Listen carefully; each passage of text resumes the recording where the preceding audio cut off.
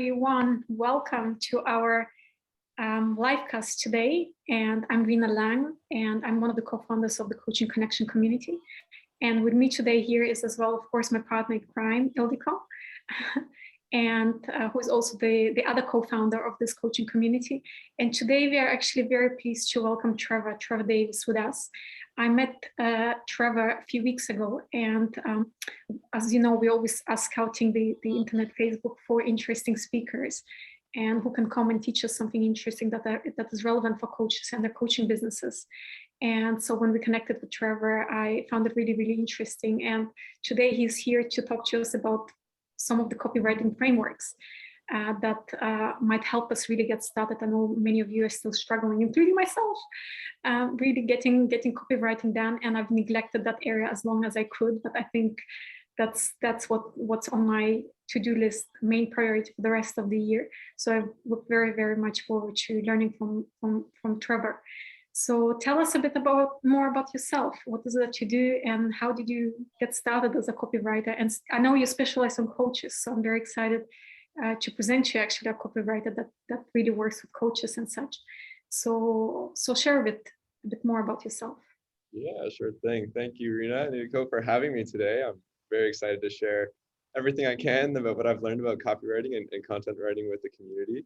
I've been copywriting really focused on coaches and consultants since I got into copywriting on a freelance basis. And, I was working in business development for a couple of years, writing sales emails. And, when the pandemic hit, I didn't want to be, constantly interrupting people working from home with cold calls and reaching out to them. So I found that by writing email sequences, I was actually going to be able to connect with people in a more meaningful way and actually get on calls with people to, help them grow their businesses in a more, I guess, humanistic type of way of connecting rather than just interrupting them. So that's what led me really into deciding, well, I know coaches with email lists especially need help with this area.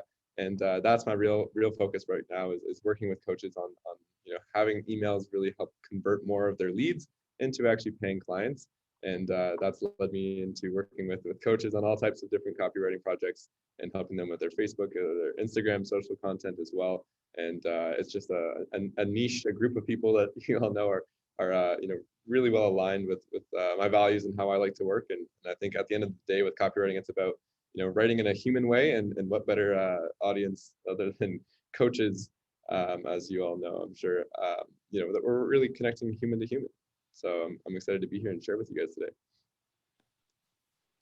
Fantastic, thank you. And I think I can talk on behalf of our members that we have a lot of new members who are from very, very different backgrounds, from all over the world, all sorts of backgrounds. And most of us never really had to do, copies before. So for those who might not know much about it, can you tell us a bit more about why was it important? Why does copywriting matter? Yeah, for sure. I think that when I like to describe copywriting to someone who doesn't necessarily know of the art, I really look at it as, you're writing words designed to have people take action, right? That's kind of the focus behind copywriting. When I was in sales, it was, learning persuasion and psychology to help, close more business over a phone call, over a meeting in person, pre-pandemic. But, that's what copywriting does. It really is, selling in the written form through your content, through your copy, in whether it's a landing page, a Facebook ad, a sales sequence, and an email campaign. It's about writing the words that can connect with your audience and help you sell more of your services.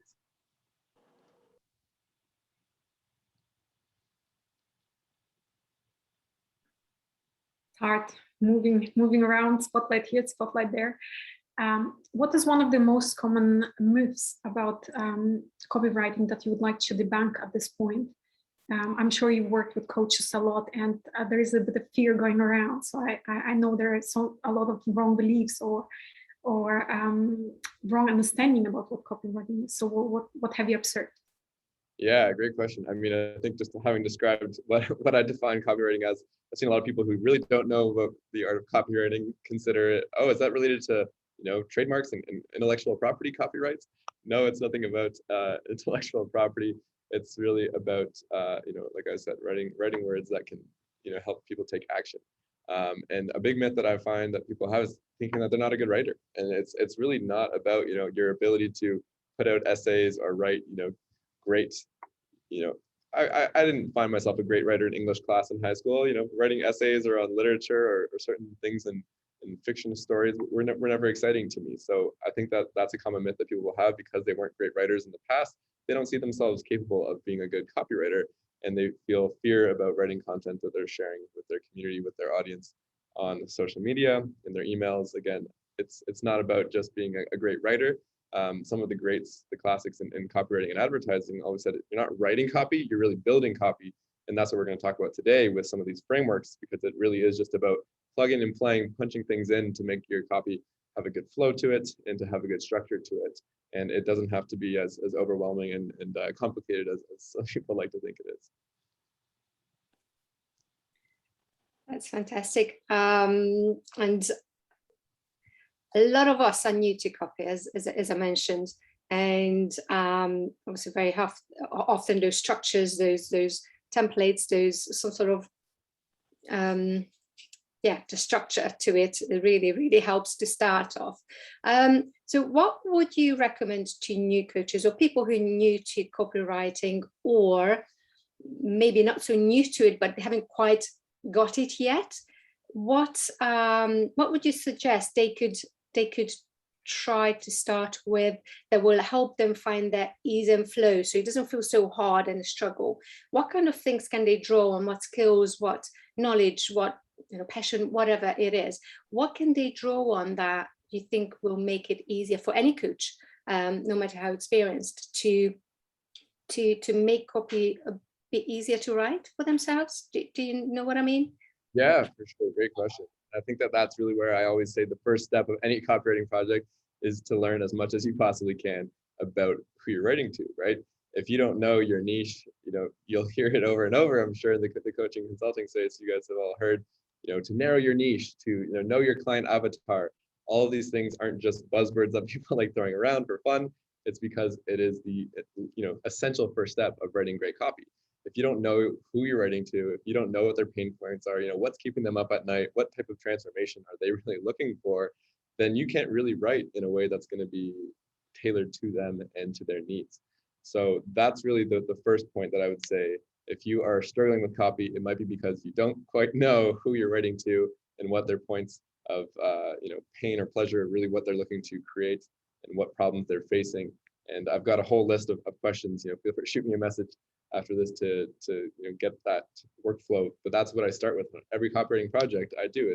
I need to know who I'm writing to, and everything that we can possibly know about them will just be more helpful ammo when we're crafting our copy to really put that into the frameworks that can make it that much easier to write something that will convert and that will resonate with your audience. Yeah, definitely. I get that. I was just wondering that obviously there is the client side that we definitely need to take into account when we write about something, but how can we also build ourselves in it? How can we figure out what our style or what way of writing might come easy to us that will just make it so much easier to write about what the clients need? But how do we make it unique? How do we make it different? How do we make it us? Because being a coach, it's very important that you put across who you are, how you can help, what is unique about you, in what ways you are different to other coaches, why that particular client might find you the ideal coach who can help you. So it's very important to put our own personality and a style through, the whole part of the branding and everything. So is there anything on the coach's side that could help, if you could explore and understand more, that could make the copywriting easier? Yeah, great follow-up question. I think that's really what it comes down to when we see copywriters that think that you have to write, maybe a lot of people coming from corporate as well. It's like we have this type of corporate robotic personality that, we're talking about, circling back with people and, checking in. It's just very corporate speak, and that doesn't resonate as, person to person. I think at the end of the day, if you can make your copy more human and focus on just letting your personality shine through humor, through storytelling, if you can follow the classic arch of a story, in your posts and you're just sharing from personal experience. As we know, we all want to work with coaches that are authentic and, unapologetically, really authentically them. And I think that when you can put your copy in a style and in a voice that really resonates with you, it'll come through and resonate with your audience. So don't think you have to put on a certain hat, a certain, mask per se, to sound like a certain way that you want to sound on social media or wherever you're writing your content or copy. It doesn't have to be, something that feels forced. If you just speak like you would to a friend, if you were going to be speaking to one of your coaching clients, if you were speaking to a friend that needed some support, speaking in a way that is authentic to you, inserting, like I said, some humor, some storytelling, anything that makes you feel like you're writing like a human, and avoiding some of the corporate words, some of the more robotic speak will really help you, I think, write copy in a way that seems natural, seems flowy, remove some of the resistance and blocks that you might have to sitting down and getting to it. Well, let's dive in then. I think enough of warm up. So show us, we want to see the maths that work. What's the framework and how do we go about using it in our lives? Yeah, great question, Rena. So thank you for that. I think that the world of copywriting has a lot of frameworks that you can use to plug and play your copy. Like I said, it's really about building your copy, not just writing it from scratch. Because if you're going to go in every single time, writing a new post, writing a new email, and you're having to go from scratch thinking about a new idea and having no clue how to structure it, you're going to be going through a lot of resistance, like we said, as a lot of new coaches do have, and even a lot of seasoned business owners who are trying to write copy for their businesses. And that's a great thing that we can overcome using the power of frameworks. So the core framework that I really want to emphasize here, which I already spoke to a little bit, is about really knowing first and foremost who your target audience is. Who is your ideal client avatar? I know you've heard this plenty of times in the coaching world, but it really is that important. Like I said, follow the prompts that I have in my worksheet. Go through a bunch of questions that you can think about from what you've learned about doing pro bono coaching sessions, from paid coaching sessions, from whatever type of coaching work you've done. Everything that you know about your client and your target prospect, learn about them in depth, and then take real notes about what are their pain points, what's keeping them up at night. Because when you have that, then we can use those to really punch into some of these frameworks that we're going to go over, and that will make things that much easier. So then once you know a little bit more about who they are, what they really struggle with, and where they're trying to go, then we can look at transferring your actual coaching services into clear benefits that address those pain points. So that's the biggest thing I'd say about copywriting. When you're writing whatever words you're writing, whenever you're speaking about a feature of your services, if it's a certain number of coaching calls, if it's access to videos in a coaching program, if you have a workbook, whatever type of features that you offer as a part of your services, remember to translate them to benefits, because features tell and benefits sell. So that's, I think, a good rhyme. I think in copywriting, you'll learn that copywriters do love a good rhyme or alliteration. So keep that one in mind, write that one down, and remember that if you're writing to everyone, you're writing to no one. So narrow down that target audience, know exactly what their pain points are, and be willing and able, and quite frankly, be happy to call them out in your content, right? Let the other people know that this is not for them, and use the most narrow possible target audience, the most ideal client avatar in the way that you're writing. So once you've got those pain points, those features translated into benefits, then you can really look at punching them into some framework. So let me just go through an example for this, just to make things a little more clear. If I'm referring to, let's say, a health and fitness coach, right? And if you are this health and fitness coach and you want to help people lose weight, that is a very broad, offer positioning statement, as I'm sure you've learned. We don't want to just be speaking to everyone. So when you really go and narrow it down to, say, helping overworked moms, let's say you're trying to help them, shed off that muffin top so that they can look great for the bikini, if that's their pain point, or maybe they're, very overweight and they want to make sure that they're actually there to walk their, kids down the aisle at their wedding, whatever it might be. If you're looking at really leaning in on those pain points because you've done your research, then you'll understand how much more you can position your offer and your benefits of your services in a more succinct way that's really going to resonate with your audience when we go to punch in through these frameworks.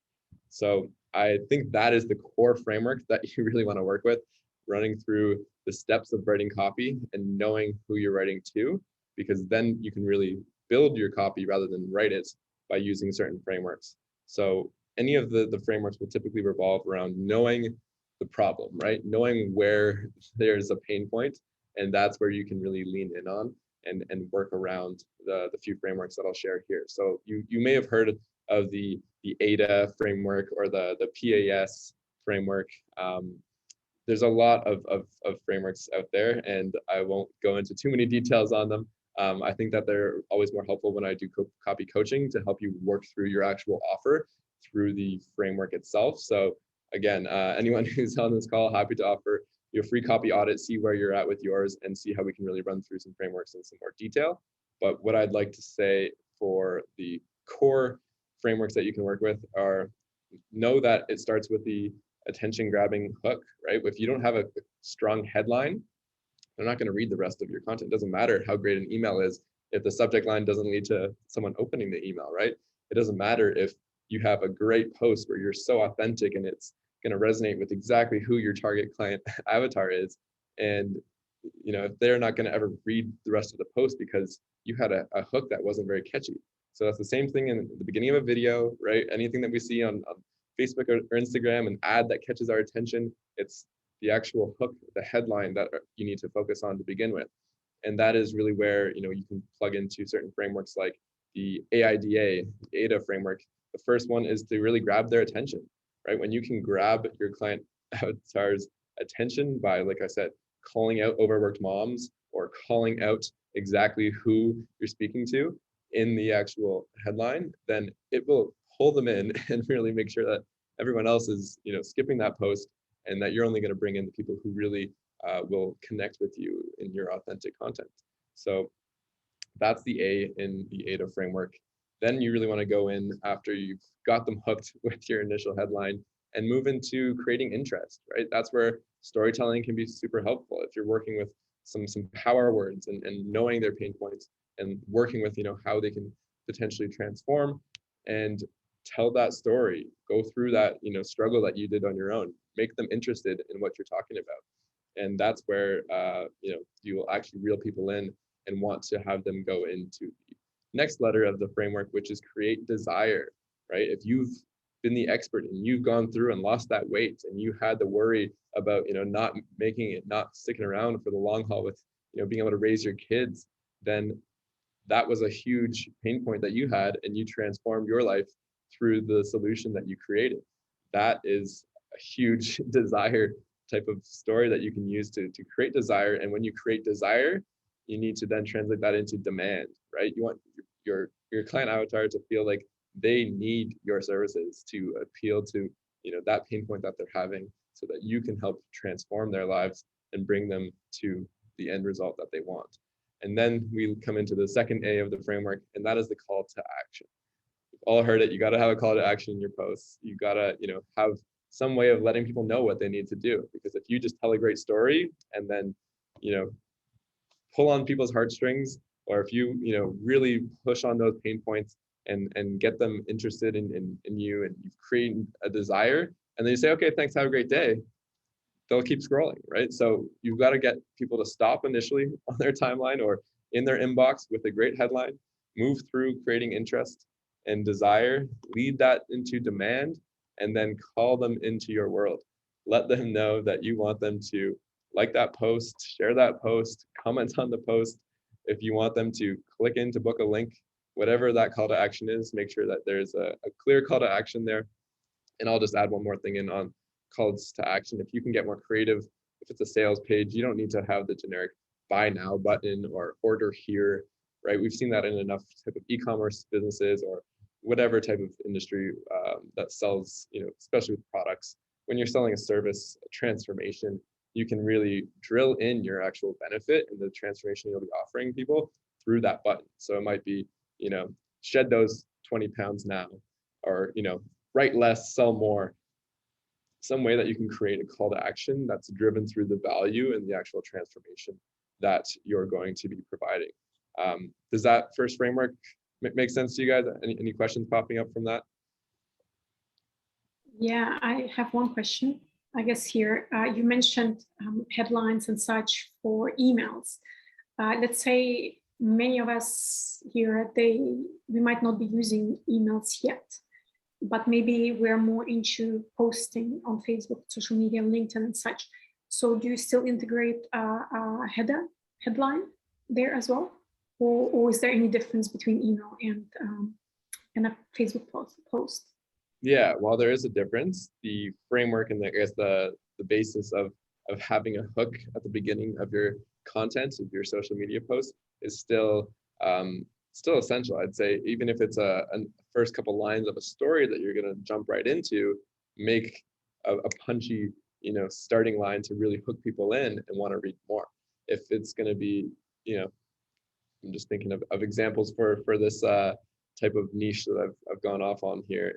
If you're in the health and fitness space and you want to speak about a transformation that one of your clients had, for instance, you can create that initial line that will want people to see what that transformation was like, right? To speak to the disbelief about the overall transformation. Or, I've got a whole list of power words in that workbook.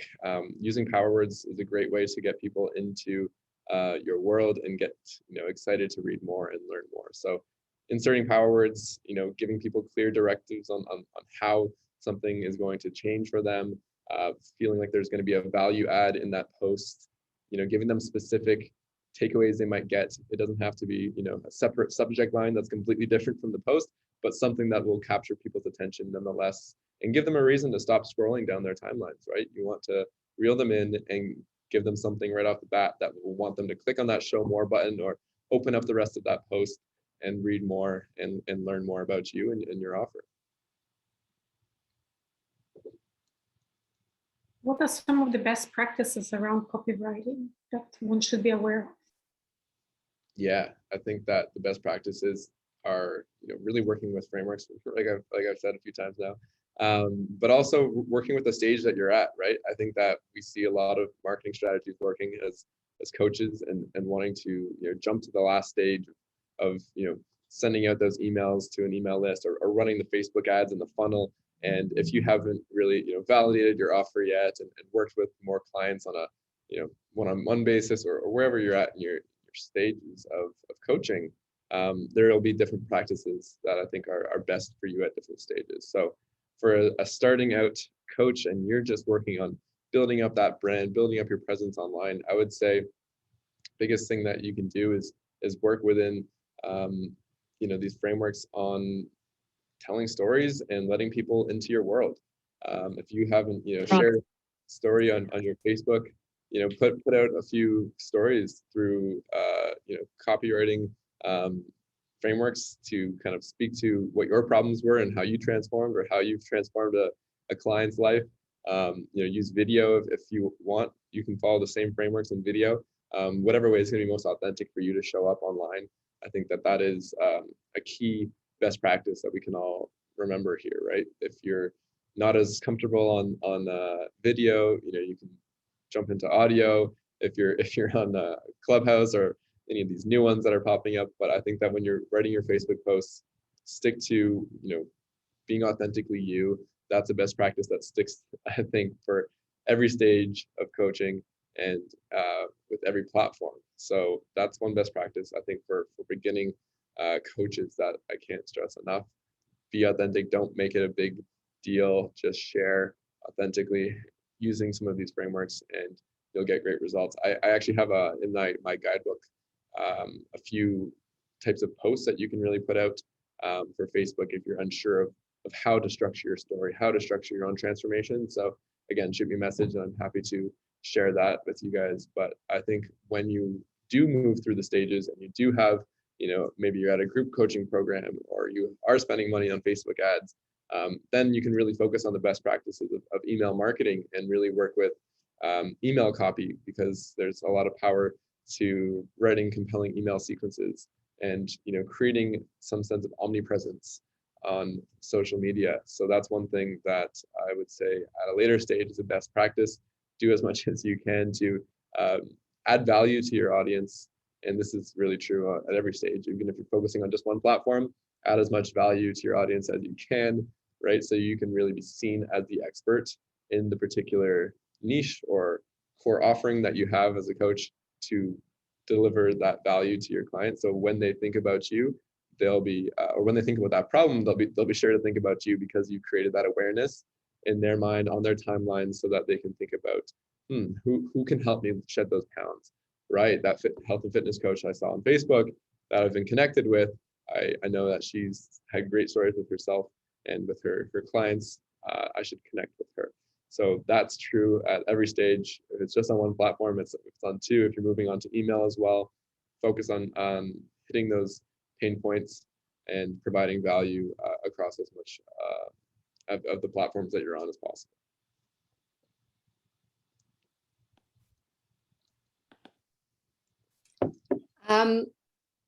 Talk about a lot of stuff, and obviously for a lot of us, as I mentioned, it is quite difficult. It comes difficult. So we make loads of mistakes. What are the most common and maybe most damaging mistakes that you see happening? And do you have any gems, any golden nuggets, any tips that you can also pair them up with? What we could do differently, or what we could consider to make sure we don't make, or we stop making those mistakes? Yeah, great question. I think that a lot of the mistakes that especially new coaches make will typically be around, I'd say it's the biggest mistake is to not show up, right? To be scared of writing and copywriting in the first place. And a few of the tips that I use for getting into that flow state when I'm writing client email sequence or jumping into a new campaign is to remember that you're talking to a person on the other end of things, right? It's not you writing to the entire world. So when you can take your framework, really loving that word today, in your own mind of just shifting your mindset from writing to your entire Facebook audience to writing to all of your Instagram followers, and to really just thinking that you're really writing to the one person who you really most want to serve, right? That is your client avatar. That is your target audience. And it's helpful as an exercise to get to know them in a theoretical way, but also it's really helpful, I think, to sit down and know who you're writing to, and picturing just serving one person through your post. And I think that's a big mistake that a lot of people make, is letting that kind of block keep them from jumping into writing content, keep them from sharing their story, keep them from really being able to serve as many people as they want to, and to work in their own mission and to reach their goals. So that's the key, I think, mistake on not showing up in the first place. And then the second mistake on that front would be lacking consistency, right? Anything that we do consistently will give us the best results. That's true. I mean, to follow the health and fitness example, you're a health and fitness coach, you know that you're going to have the best results for your clients when they show up to the gym, when they stick with their diet, when they stick with their new way of life for the longest period of time. And the same is true for you showing up, keeping top of mind for your clients or your target audience, and making sure that you're actually able to stick with a cadence that is good for you. So like I said, when you're making those first few posts online to let people know who you are and how you can help them, don't let that be a one and done. I think that that's where I've worked with a lot of coaches who come back to me because they've worked with my frameworks and stuck with the copy, and then they say, you know what, never mind, I need help with this because I overwhelmed myself with it, I did too much too fast. Stick to a cadence that you feel like you can roll with for the long haul. If you're in this game for the long haul, then plan for it to be a marathon, not a sprint. Don't write 12 pieces of content in 1 week and then go MIA for a whole year. So that's, I think, a big focus and a big mistake that a lot of people tend to make when they're overwhelmed by the idea of copy. They break it down as a quick sprint for a week, and then it's got that done, never having to worry about that again, because they burn themselves out or they've overwhelmed themselves and they haven't created a way to create more content ideas.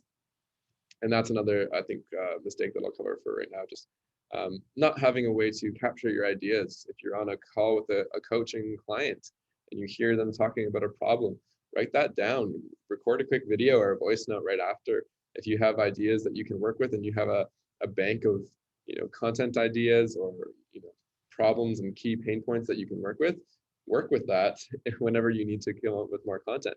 And you can have those pieces of content, you can block out the distractions, and you can really work within some of these frameworks to stick to a cadence that you feel good about. If that's once a week, if that's every other week, to start slow, start easy, and ramp up as you feel more comfortable with it over time.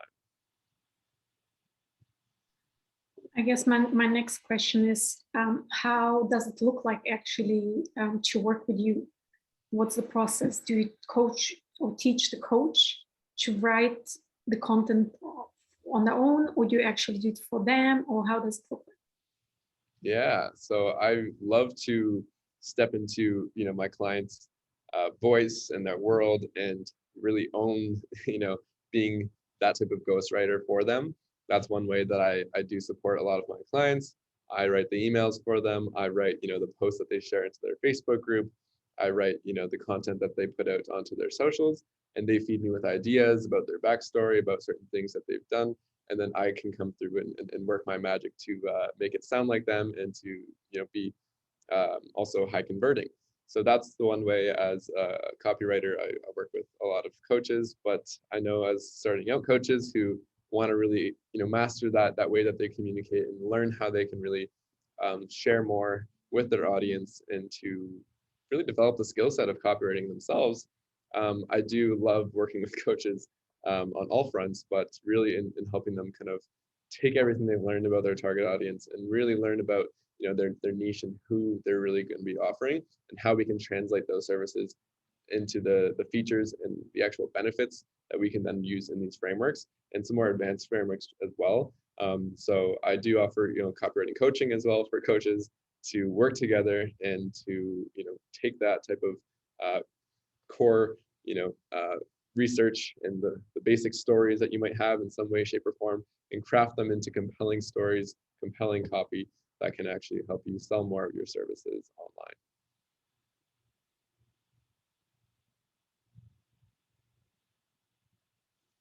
Oh, you're still muted. You go. Yay! We do have a question from Tanika. I just asked her to clarify exactly what she meant in the first part, but basically what she's saying, that how would you frame it if you are just getting and also have not dealt with the problem you're addressing with the niche you chose? For example, she's going to work with people who are having fertility issues. So I'm assuming that she hasn't had that issue, but she will be working with people like that. So how would you frame it? Do you have anything you could suggest to her to start with? Yeah, for sure. I think that's one thing. I think as coaches, you're sharing authentically. Typically, you come through. That's a common thing you see with a lot of coaches, and that doesn't always have to be the case. You're not always the expert. You haven't had the fertility issues yourself, perhaps, but you're working with clients that have, and you are definitely someone who's empathetic and compassionate and can relate with the problems they're having and have the knowledge of how to serve them through that time. And I think that's something that's important to remember as a copywriter.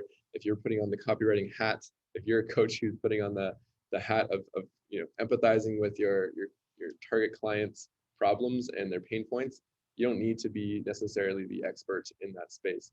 I'm not necessarily a beauty expert or a health and fitness weight loss expert, but I still have the ability to really learn about the person who is facing those problems and learn how the expert serves those problems to really put that together in compelling ways that can connect with that audience. So if you don't have a personal story to share about your own fertility issues, that doesn't mean that you can't still serve that audience to the best of your abilities, right?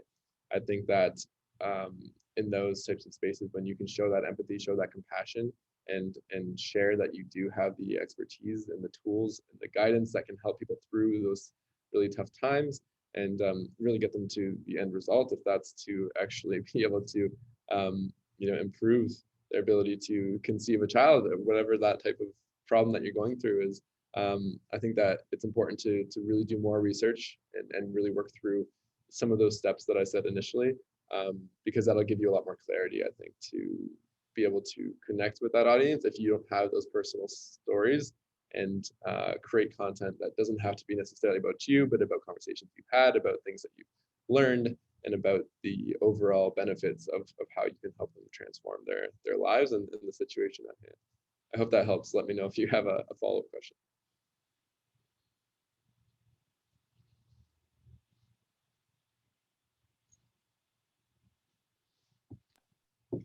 Yeah, Tanika, would you like to come out and see if he has answered the question, or if you had anything else to add to it?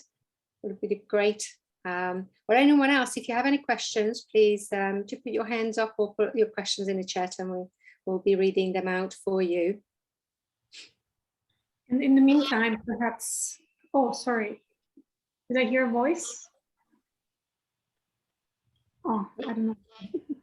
I hear some background noise. So Trevor, maybe share with us, how can people connect with you actually? Oh, and I see also in the chat that some people are very, very interested in your resources that you mentioned, that you have some worksheets, or what is it that it was? So is there any link, anything that we can download? Perhaps you can share it with us. We can also share it with the community. Yeah, for sure. I will put together a link for you guys afterwards in the comments, but in the meantime, feel free to just shoot me a message on Facebook, and I'd be happy to send that over to you. And as far as everyone else watching live right now, if you're interested in actually getting an audit of your copy, of your content, helping you strategize on your copy, I'd love to offer you a free session on that front. And I can drop the Calendly link below as well. Perfect. That would be wonderful. And perhaps just to wrap up this conversation today, Ildiko, you have another? Yeah, I just wanted to mention that Heidi put in the chat earlier that time blocking is key to get 100% focused time and get into the flow. Do you have any tips, or how people who might be struggling with that? What do you do, or what do you think might work with that, to create that space, that time to focus properly? Because for some of us, I'll be honest, I'm one of those, I need some time to get into it. But once I'm in it, it flows. But sometimes it might be half an hour, 1 hour, and then you can't shoot me. But but then first of all, you have to create that space, to a productive space and time.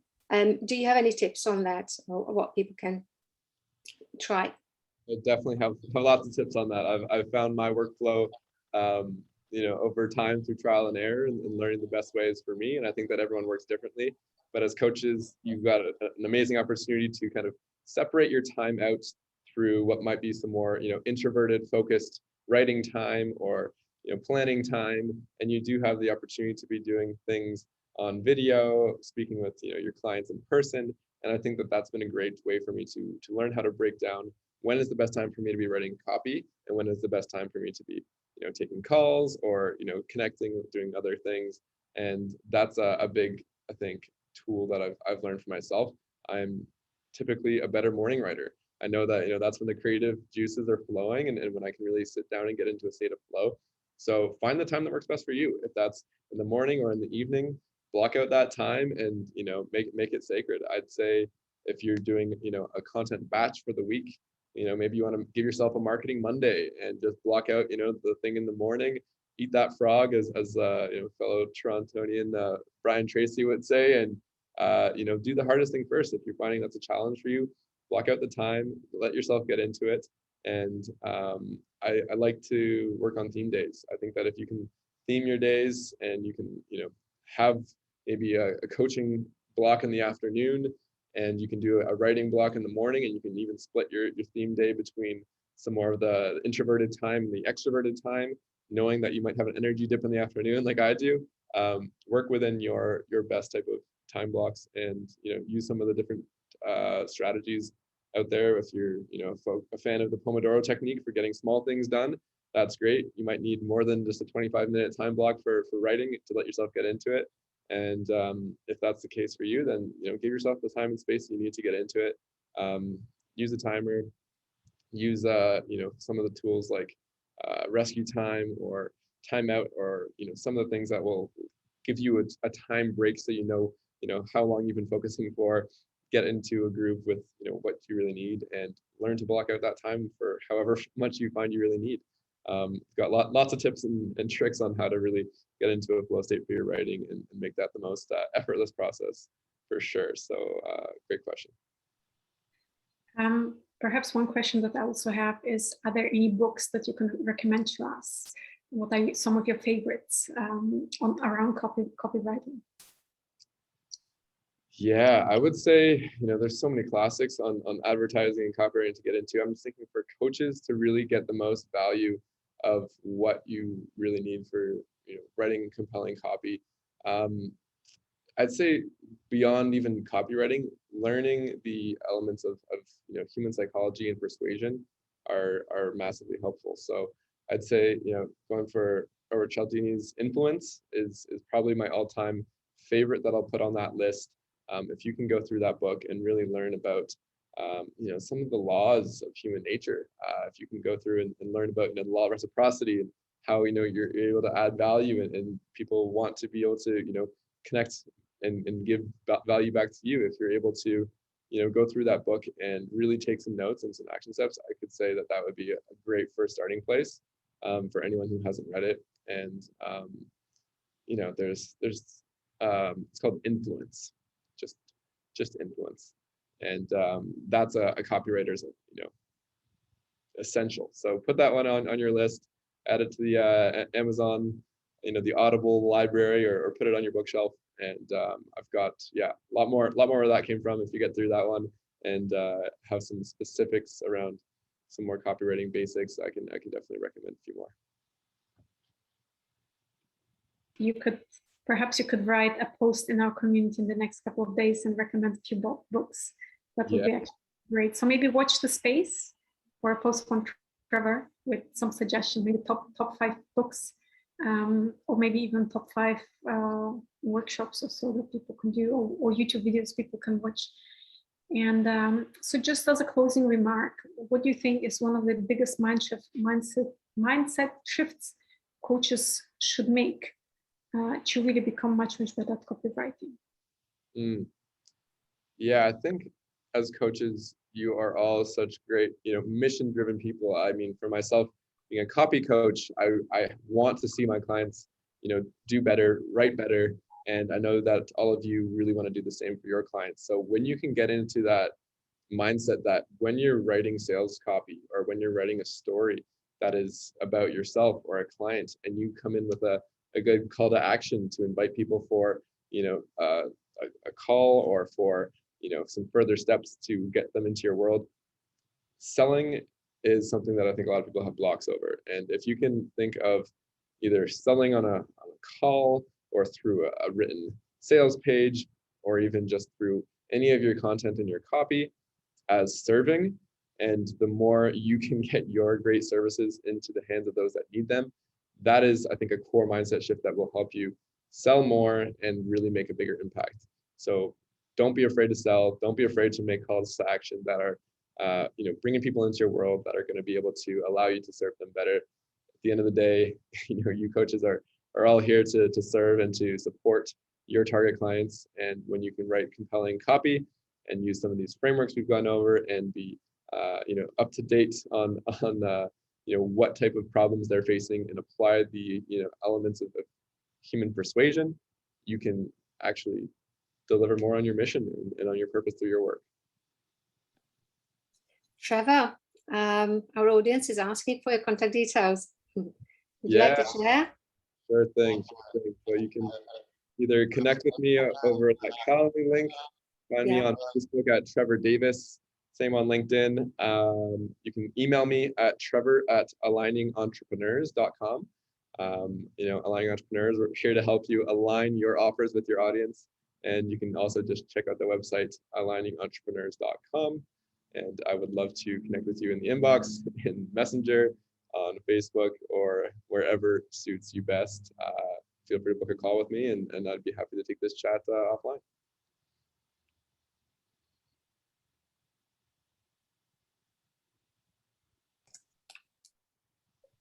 Sorry, I was on mute. I didn't realize.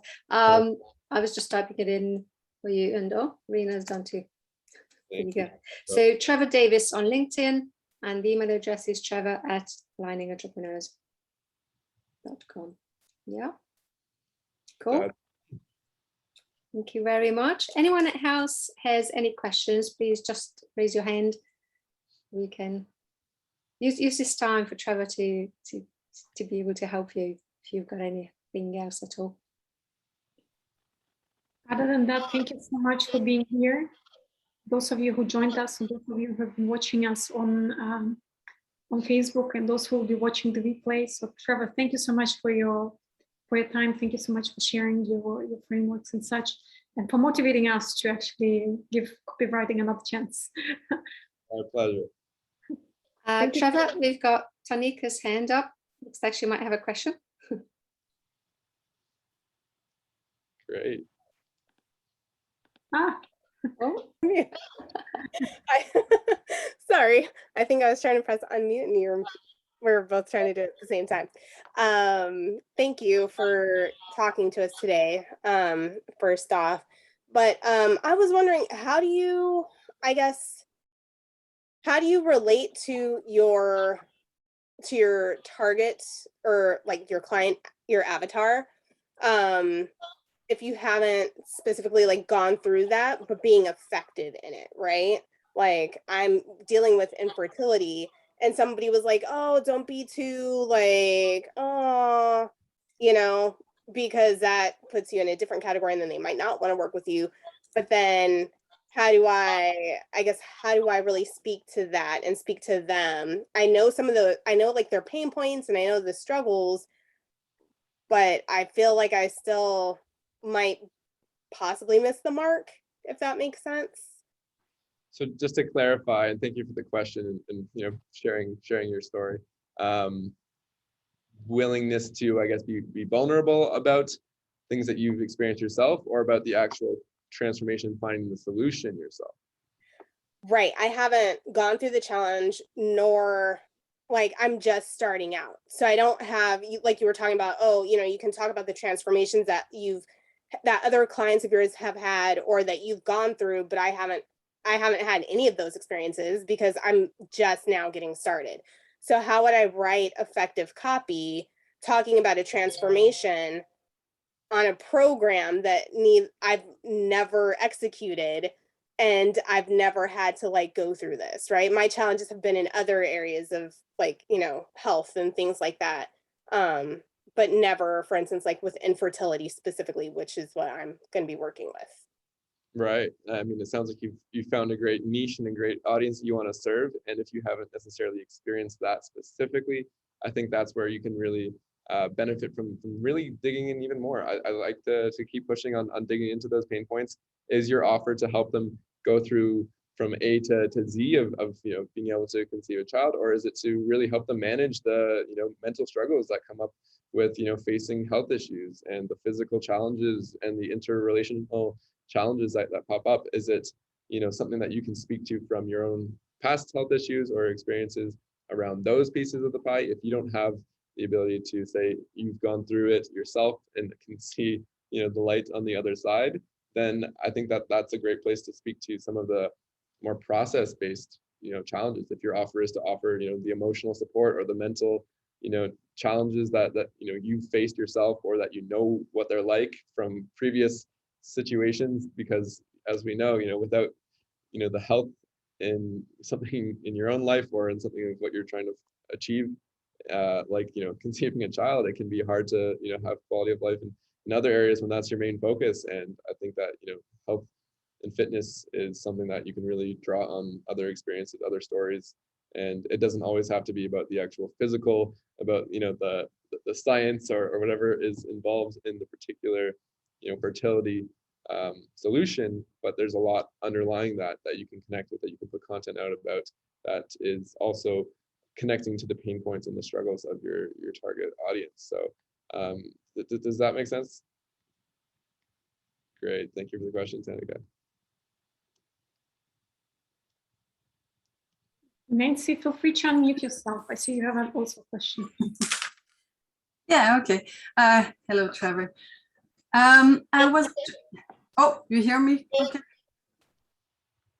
I hear a echo. Anyway, I'm kind of struggling to actually put my ideas together, and I believe I do have my niche, but okay, kind of.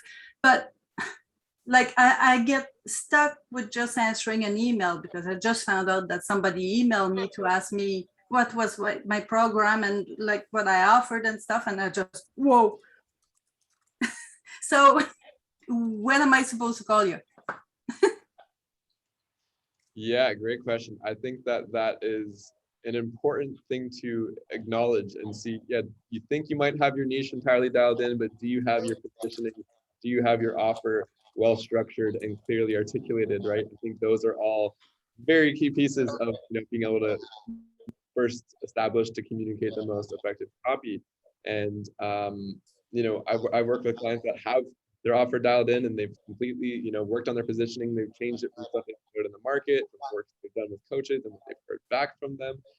And I've worked with those that need some help when getting started and need to work within some of these type of research stages and formulating stages and trial and error stages. So I would love to chat with you a little bit more about that, Nancy, see where you're at, and congratulations on receiving an email on something that you can was go. Scary. They found me. Man, I thought I was in hiding. I commend you for stepping out of hiding and stepping into serving. So that's great to hear. Thanks, Trevor. No problem, Nancy.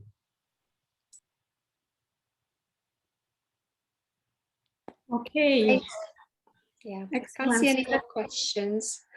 Let's start wrapping up. So thank you so much, everyone who joined us here today live on the Zoom, and also who've been watching us on Facebook. It's always a pleasure having you with us. And Trevor, thank you so much for your time. And bye-bye until next week.